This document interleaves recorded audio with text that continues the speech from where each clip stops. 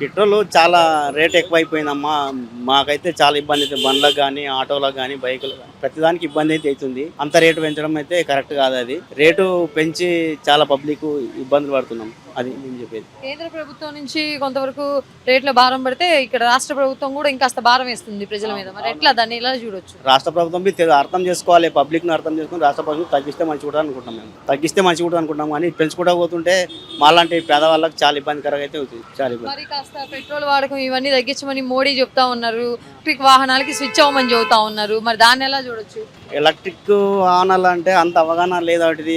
ఇప్పుడు అక్కడక్కడ తీసుకొచ్చిన చాలా మంది అవి మంచిగా నడుస్తలేవు. కరెంట్తో ఇబ్బంది అవుతుంది వాటికి. అటు కరెంటు ఎక్కడ దొరుకుతుందో సరిగా మాకు అంత ఉండదు కదమ్మా. అవి ఎప్పుడు పేలిపోతాయో ఎప్పుడు అవుతుందో తెలియదు. వాటి గ్యారంటీ లేదు. ఎలక్ట్రిక్ పెంచడం అది అంత మంచిది కాదు.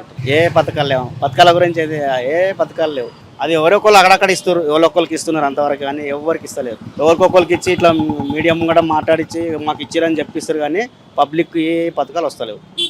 పబ్లిక్ పరిస్థితి ఏ విధంగా ఉంది బాబు? పబ్లిక్ ఈ ప్రభుత్వం వచ్చి నుంచి పబ్లిక్ అయితే చాలా ఇబ్బంది పడుతున్నాం.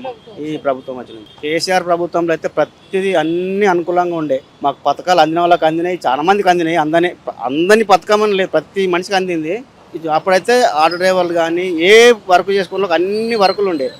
ఇప్పుడు పని చేసే వాళ్ళకి పని లేవు. డ్రైవర్లకు ఉందాక రోడ్డు మీద ఉన్న మా డ్రైవర్లకు అయితే ఏమీ లేదు. అవస్థ అయిపోయిందా? చాలా చాలా అవస్థలు పడుతున్నాం. పెంచడం అయితే కరెక్ట్. అది ఇప్పుడు రేటు పెంచకూడదు. ఆ పథకాలు అయితే మా దాకైతే వస్తలేవు.